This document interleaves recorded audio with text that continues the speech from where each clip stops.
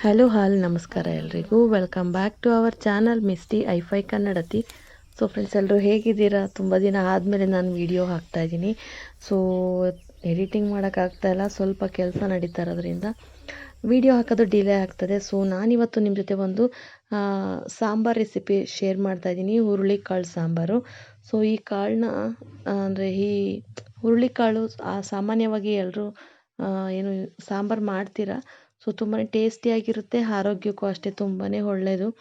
ಈ ಚಳಿಗಾಲ ಬಂತಂದರೆ ಈ ಸಾಂಬಾರು ತುಂಬ ಟೇಸ್ಟಿ, ಹಾಗೆ ಬಿಸಿ ಬಿಸಿಯಾಗಿ ರೈಸ್ಗೆ ಮತ್ತು ಮುದ್ದೆಗೆ ತುಂಬ ಚೆನ್ನಾಗಿರುತ್ತೆ.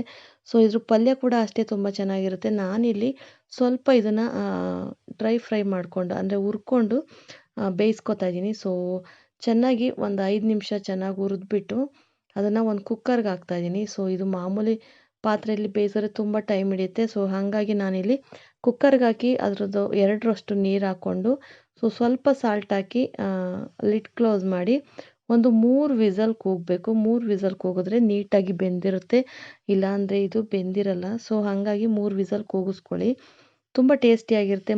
ಎಲ್ಲರೂ ಇಷ್ಟಪಟ್ಟು ತಿಂತಾರೆ. ಸೊ ಕುಕ್ಕರಲ್ಲಿ ಹಾಕೋದ್ರಿಂದ ಬೇಗ ಬೇಯುತ್ತೆ ಅದೊಂದು. ಸೊ ನಾವು ನೀರನ್ನ ಜಾಸ್ತಿ ಹಾಕ್ದಷ್ಟು ಸಾಂಬಾರು ಜಾಸ್ತಿ ಮಾಡ್ಬೋದು, ಅಂದರೆ ತುಂಬ ಚೆನ್ನಾಗಿರುತ್ತೆ. ಈ ರಸ ಏನಿದೆ ಅಲ್ವಾ, ಇದರಲ್ಲಿ ಸಾಂಬಾರು ಟೇಸ್ಟ್ ಬರೋದು. ನಾನಿಲ್ಲಿ ಒಂದು ಬಾಣಲಿ ಇಟ್ಕೊಂಡು 2 ಈರುಳ್ಳಿನ ದಪ್ಪಾಗಿ ಕಟ್ ಮಾಡಿ ಹಾಕ್ಕೊಂಡಿದ್ದೀನಿ. ಅದಕ್ಕೆ 2 ಟೇಬಲ್ ಸ್ಪೂನಷ್ಟು ಆಯಿಲ್ ಹಾಕ್ಕೊಂಡು ಸ್ವಲ್ಪ ಇದನ್ನು ಫ್ರೈ ಮಾಡ್ಕೊಳ್ಳೋಣ.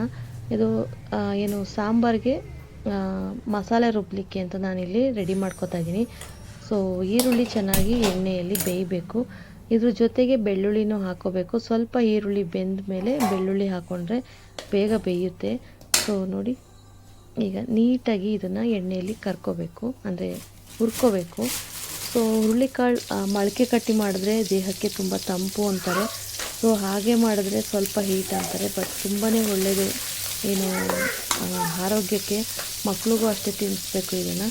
ಸೊ ಹಾಗೆ ತಿನ್ನೋದ್ರಿಂದ ತಿನ್ನೋಕ್ಕಾಗಲ್ಲ. ಸೊ ಹಾಗಾಗಿ ಸಾಂಬಾರು ಮಾಡಿಕೊಂಡು, ಇಲ್ಲಾಂದರೆ ಅದನ್ನು ಹುರ್ಕೊಂಡು ಕೂಡ ತಿನ್ಬೋದು, ತುಂಬ ಚೆನ್ನಾಗಿರುತ್ತೆ ಮಿಕ್ಸರ್ ಥರ. ಸೊ ತುಂಬ ಟೇಸ್ಟಿಯಾಗಿರುತ್ತೆ, ಒಂದ್ಸಲ ನೀವು ಟ್ರೈ ಮಾಡಿ. ಇವಾಗ ನಾನು ಇದಕ್ಕೆ ಬೆಳ್ಳುಳ್ಳಿ ಹಾಕ್ಕೊಂಡು ಸ್ವಲ್ಪ ಫ್ರೈ ಮಾಡ್ಕೊತಾ ಇದ್ದೀನಿ. ಹಾಗೆ 1 ಟೇಬಲ್ ಸ್ಪೂನಷ್ಟು ಜೀರಿಗೆ ಹಾಕ್ಕೊಂಡಿದ್ದೀನಿ. ನಾನಿಲ್ಲಿ ಇದನ್ನು ಬಸ್ಸಾರು ಮಾಡ್ತಾ ಇರೋದು, ಹುರುಳಿಕಾಳು ಬಸ್ಸಾಂಬಾರು. ಸೊ ತುಂಬ ಟೇಸ್ಟಿಯಾಗಿರುತ್ತೆ. ಸೊ ಈರುಳ್ಳಿ ಮತ್ತು ಬೆಳ್ಳುಳ್ಳಿ ಜೀರಿಗೆ 3 ಎಣ್ಣೆಯಲ್ಲಿ ನೀಟಾಗಿ ಫ್ರೈ ಮಾಡ್ಕೋಬೇಕು. ಇದು ಸ್ವಲ್ಪ ಕಲರ್ ಚೇಂಜ್ ಆಗಬೇಕು. ಸೊ ಹಸಿ ವಾಸನೆ ಎಲ್ಲ ಹೋಗೋವರೆಗೂ ನಾವು ಇದನ್ನು ಎಣ್ಣೆಯಲ್ಲಿ ಫ್ರೈ ಮಾಡ್ಕೊಳ್ಳೋಣ. ಸೊ ನೋಡಿ, ಯಾರೆಲ್ಲ ಈ ರೀತಿ ಸಾಂಬಾರು ಮಾಡ್ತೀರಾ ಕಮೆಂಟ್ ಮಾಡಿ. ಇಲ್ಲಿವರೆಗೂ ಸಬ್ಸ್ಕ್ರೈಬ್ ಮಾಡ್ಕೊಂಡು ಬಂದಿದ್ದೀರಾ, ಸಪೋರ್ಟ್ ಮಾಡ್ತಾಯಿದ್ದೀರಾ. So thank you so much ಅವ್ರಿಗೆಲ್ರಿಗೂ. ಸೊ ನನ್ನ ವೀಡಿಯೋಸ್ನ ನೋಡ್ತಾ ಇದ್ದೀರಾ. ಸೊ ಜೊತೆಗೆ ಇಲ್ಲಿ ನಾನಿಲ್ಲಿ ಏನು ಚಿಲ್ಲಿ ಪೌಡರ್ನ ಹಾಕೋತಾ ಇದ್ದೀನಿ, ಅಂದರೆ ಮೆಣಸಿನ್ಕಾಯಿ ಪುಡಿ, ಖಾರದ ಪುಡಿ ಏನಿದೆ ಅಲ್ವಾ, ಸೊ ಅದನ್ನು ಒಂದು 3 ಚಮಚದಷ್ಟು ಹಾಕ್ಕೊಂಡಿದ್ದೀನಿ. ಅದು 3 ಚಮಚ ಹಾಕ್ಕೊಂಡ್ರೆ ಅದರ ಡಬ್ಬಲ್ಲು ನಾನಿಲ್ಲಿ ಸಾಂಬಾರು ಪುಡಿ ನಮ್ಮನೇಲಿ ಮಿಕ್ಸ್ ಮಾಡಿರಲ್ಲ. ಸೊ ಸಪ್ರೇಟ್ ಇರೋದ್ರಿಂದ ಚಿಲ್ಲಿ ಪೌಡರು ಮತ್ತು ಸಾಂಬಾರು ಪೌಡರು ಎರಡೂ ಹಾಕ್ಕೊಂಡು ಇವಾಗ ಫ್ರೈ ಮಾಡ್ಕೊಳ್ಳೋಣ. ಸೊ ಈ ಥರ ಮಾಡೋದ್ರಿಂದ ಸಾಂಬಾರು ತುಂಬ ಟೇಸ್ಟಿಯಾಗಿರುತ್ತೆ. ಸೊ ಒಬ್ಬೊಬ್ಬರು ಒಂದೊಂದು ಥರ ಮಾಡ್ತಾರೆ. ಇದಕ್ಕೇನೆ ಚಕ್ಕೆ ಲವಂಗ ಎಲ್ಲ ಹಾಕ್ತಾರೆ. ಸೊ ನಾವು ಹಾಕಲ್ಲ. 2-3 ಸ್ಪೂನಷ್ಟು ಹಸಿ ತೆಂಗಿನಕಾಯಿ ತುರಿನ ಹಾಕೋತಾ ಇದ್ದೀನಿ. ಇದು ಅಷ್ಟೇ ಖಾರ ರುಬ್ಬಲಿಕ್ಕೆ ಹಾಕ್ಕೊಂಡ್ರೆ ತುಂಬ ಟೇಸ್ಟಿಯಾಗಿರುತ್ತೆ. 2-3 ಕಡ್ಡಿಯಷ್ಟು ಕೊತ್ತಂಬರಿ ಸೊಪ್ಪನ್ನ ಹಾಕೋತಾ ಇದ್ದೀನಿ. ಸೊ ಇಷ್ಟೇ. ಜೊತೆಗೆ ಸ್ವಲ್ಪ ಹುಣಸೆಹಣ್ಣಿನ ಹುಳಿ ಹಾಕಬೇಕು, ಟೇಸ್ಟ್ ತುಂಬ ಚೆನ್ನಾಗಿರುತ್ತೆ. ಸೊ ಇದು ನೀಟಾಗಿ ಹುರಿದ ನಂತರ ಇವಾಗ ಸ್ಟವ್ನ ಆಫ್ ಮಾಡ್ಕೊಳ್ಳೋಣ. ಇದು ಸ್ವಲ್ಪ ತಣ್ಣಗಾಗಬೇಕು, ಖಾರ ರುಬ್ಕೊಳ್ಳೋಕ್ಕೆ ಬಿಸಿದು ಹಾಕೋಬಾರ್ದು. ಸೊ ಸ್ವಲ್ಪ ತಣ್ಣಗಾಗಬೇಕು. ನಾನಿಲ್ಲಿ ಬೇಯಿಸಿ ಇಟ್ಕೊಂಡಿದ್ದೆ ಅಲ್ವಾ, ಸೊ ಹುರುಳಿಕಾಳು ಅದನ್ನು ಇದಕ್ಕೆ 2-3 ಚಮಚದಷ್ಟು ಹಾಕೋತಾ ಇದ್ದೀನಿ. ಸೊ ರುಬ್ಕೊಂಡ್ರೆ ಟೇಸ್ಟಿಯಾಗಿರುತ್ತೆ, ಹಾಗೆ ಸಾಂಬಾರು ಗಟ್ಟಿ ಕೂಡ ಆಗುತ್ತೆ.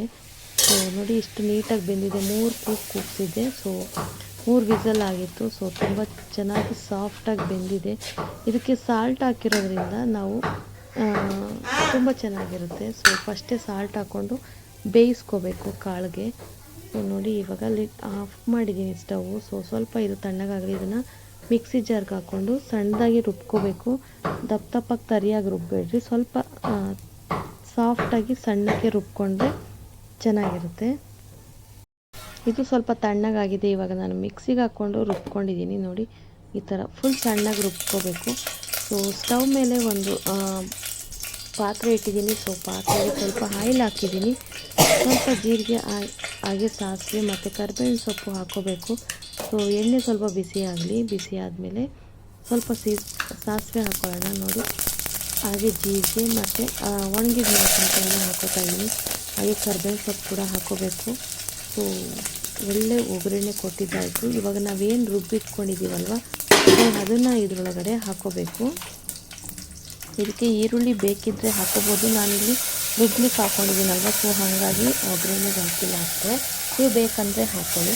ನಾನಿಲ್ಲಿ ರುಬ್ಬಿ ಇಟ್ಕೊಂಡಿದ್ದನ್ನೆಲ್ಲ ನಾನಿಲ್ಲಿ ಒಗ್ಗರಣೆಗೆ ಹಾಕ್ಕೊಂಡಿದ್ದೀನಿ. ಸೊ ತುಂಬಾ ಟೇಸ್ಟಿಯಾಗಿರುತ್ತೆ, ಚೆನ್ನಾಗಿರುತ್ತೆ. ನೀವು ಒಂದು ಸಲ ಟ್ರೈ ಮಾಡಿ.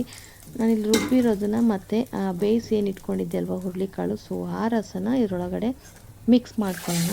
ನಮಗೆ ಯಾವ ಅದಕ್ಕೆ ಬೇಕೋ ಅದಕ್ಕೆ ಸಾಂಬಾರನ್ನ ರೆಡಿ ಮಾಡ್ಕೋಬೇಕು. ಸೊ ಬೇಯಿಸಿ ಇಟ್ಕೊಂಡಿರೋ ರಸ ಏನಿರುತ್ತೆ ಅಲ್ವ ಹುರುಳಿಕಾಳ್ದು, ಅದನ್ನು ಕೂಡ ಇದರೊಳಗಡೆ ಹಾಕ್ಕೊಂಡು ಮಿಕ್ಸ್ ಮಾಡಿಕೊಂಡು ರುಚಿಗೆ ತಕ್ಕಷ್ಟು ಉಪ್ಪನ್ನ ಸೇರಿಸ್ಕೊಂಡ್ರೆ ಸೊ ಸಾಂಬಾರು ರೆಡಿ ಆಗುತ್ತೆ. ಸೊ ತುಂಬಾ ಟೇಸ್ಟಿಯಾಗಿರೋ ಸಾಂಬಾರು ರೆಡಿ ಆಯಿತು. ಸೊ ಇದು ಸ್ವಲ್ಪ ಕುದಿಬೇಕು, ಒಂದು 5ರಿಂದ 10 ನಿಮಿಷ, ಅಷ್ಟು ಬೇಡ, ಒಂದು 5 ನಿಮಿಷ ಎಲ್ಲ ಚೆನ್ನಾಗಿ ಕುದಿಯುತ್ತೆ. ಅದು ತುಂಬ ಕುದ್ದಷ್ಟು ಅಂದರೆ ಮಳ್ಳಿದಷ್ಟು ತುಂಬ ಟೇಸ್ಟಿಯಾಗಿರುತ್ತೆ. ಸೊ ಇದನ್ನು ಕಡಿಮೆ ಅಂದರೆ ಒಂದು 5ರಿಂದ 10 ನಿಮಿಷ ಚೆನ್ನಾಗಿ ಕುದಿಸ್ಕೋಬೇಕು. ಇದಕ್ಕೆ ಒಂದು ಸ್ವಲ್ಪ ಹುಣಸೆಹಣ್ಣಿನ ರಸನ ಹಾಕ್ಕೊಳ್ಳೋಣ. ಒಂದು ಕುದಿ ಬಂದಮೇಲೆ ಹುಣಸೆಹಣ್ಣಿನ ರಸನ ಸೇರಿಸ್ಕೊಂಡ್ರೆ ತುಂಬ ಟೇಸ್ಟಿಯಾಗಿರುತ್ತೆ. ಸೊ ನೀಟಾಗಿ ಕುದೀತಾ ಇದೆ. ಇವಾಗ ಒಂದು ಕುದಿ ಬಂದಿದೆ. ನಾನಿಲ್ಲಿ ಸ್ವಲ್ಪ ಹುಣಸೆ ರಸನ ಮಿಕ್ಸ್ ಮಾಡಿ ಇಟ್ಕೊಂಡಿದ್ದೆ ಅಲ್ವಾ, ಸೊ ಅದನ್ನು ಹಾಕಿದ್ದೀನಿ. ರುಚಿಗೆ ತಕ್ಕಷ್ಟು ಉಪ್ಪನ್ನ ಸೇರಿಸ್ಕೋಬೇಕು. ಒಂದೇನಂದರೆ ನಾವಿಲ್ಲಿ ಫಸ್ಟೇ ಏನು ಕಾಳು ಬೇಯಿಸ್ಕೋಬೇಕಾದ್ರೆ ಹುರುಳಿಕಾಳು, ಸೊ ಸ್ವಲ್ಪ ಉಪ್ಪು ಹಾಕಿರ್ತೀವಿ, ನೋಡಿ ಸ್ವಲ್ಪ ಕಡಿಮೆನೇ ಉಪ್ಪು ಹಾಕೋಬೇಕು. ರಸದಲ್ಲಿ ಉಪ್ಪಿರೋದ್ರಿಂದ ನಾವೇನು ಖಾರ ಮಸಾಲೆ ರುಬ್ಕೊಂಡಿರ್ತೀವಲ್ವ, ಸೊ ಅದಕ್ಕಷ್ಟೇ ಉಪ್ಪು ಹಾಕ್ಕೊಂಡ್ರೆ ಸಾಕಾಗುತ್ತೆ. ಇದೊಂದು 2 ಕುದಿ ಚೆನ್ನಾಗಿ ಬರಲಿ. ಆಮೇಲೆ ಇದು ಅನ್ನಕ್ಕೆ ಹಾಗೆ ಮುದ್ದೆಗೆ ಎರಡಕ್ಕೂ ತುಂಬ ಚೆನ್ನಾಗಿರುತ್ತೆ, ಟೇಸ್ಟಿಯಾಗಿರುತ್ತೆ. ಚಳಿಗಾಲದಲ್ಲಂತೂ ತುಂಬಾ ಚೆನ್ನಾಗಿರುತ್ತೆ. ಇದು ಬೆಳಗ್ಗೆ ಮಾಡಿದ್ರೆ ಅಟ್ಲೀಸ್ಟ್ ಮಧ್ಯಾಹ್ನ ಒಂದು 3 ಟೈಮ್ ಯೂಸ್ ಮಾಡ್ಬೋದು. ಸೊ ತುಂಬ ಚೆನ್ನಾಗಿರುತ್ತೆ, ಕಾಯಿಸಿಟ್ಕೋಬೇಕಷ್ಟೇ. ಸೊ ಇದ್ರ ಕಾಳು ಏನಿದೆ ಇದನ್ನು ನಾವು ಒಗ್ಗರಣೆಗೆ ಹಾಕ್ಕೊಂಡು ಸ್ವಲ್ಪ ತೆಂಗಿನಕಾಯಿ ತುರಿ ಹಾಕಿದ್ರೆ ಇದನ್ನು ಚಪಾತಿ ಜೊತೆನೂ ತಿನ್ಕೋಬೋದು, ತುಂಬ ಚೆನ್ನಾಗಿರುತ್ತೆ. ಇವಾಗೆಲ್ಲ ತರಕಾರಿಗಳು ಜಾಸ್ತಿ ಆದಮೇಲೆ ಕಾಳುಗಳು ತಿನ್ನೋದು ಕಡಿಮೆ ಮಾಡಿದ್ದಾರೆ. ಸೊ ಇಂಥವೆಲ್ಲ ತಿಂತಾ ಇರಬೇಕು, ಮಕ್ಳಿಗೆ ತಿನ್ನಿಸ್ತಾ ಇರಬೇಕು. ಆರೋಗ್ಯ ತುಂಬ ಚೆನ್ನಾಗಿರುತ್ತೆ. ನಮ್ಮನೇಲಂತೂ ಮಾಡ್ತಾ ಇರ್ತೀವಿ. ಸೊ ಊರಿಂದ ಬೆಳೀತಾರಲ್ವ, ಸ್ವಲ್ಪ ಕೊಡ್ತಾರೆ, ಟೇಸ್ಟ್ ತುಂಬ ಚೆನ್ನಾಗಿರುತ್ತೆ. ನಾವಂತೂ ವೀಕ್ಲಿ ಒನ್ಸ್ ಇಲ್ಲ ಅಂದ್ರೂ 15 ಡೇಸ್ಗೆ ಒಂದ್ಸಲನಾದ್ರು ಮಾಡ್ತೀವಿ. ಸೊ ನೋಡಿ, ತುಂಬ ರೆಡಿ ಆಯಿತು. ಜೊತೆಗೆ ಅನ್ನ ಕೂಡ ಇತ್ತು. ನಾನು ಹೇಳಿದೆ ಅಲ್ವಾ, ಕಾಳಿಗೆ ಸ್ವಲ್ಪ ಒಗ್ಗರಣೆ ಹಾಕಿದ್ದೀನಿ. ಸೊ ಟೇಸ್ಟಿಯಾಗಿರೋ ರೆಸಿಪಿ ರೆಡಿ ಆಯಿತು. ಇಷ್ಟ ಆದರೆ ಲೈಕ್ ಮಾಡಿ, ಶೇರ್ ಮಾಡಿ, ಕಮೆಂಟ್ ಮಾಡಿ. ಇವತ್ತಿನ ವಿಡಿಯೋ ಇಲ್ಲಿಗೆ ಎಂಡ್ ಮಾಡ್ತಾ ಇದ್ದೀನಿ. Thank you for watching. Bye.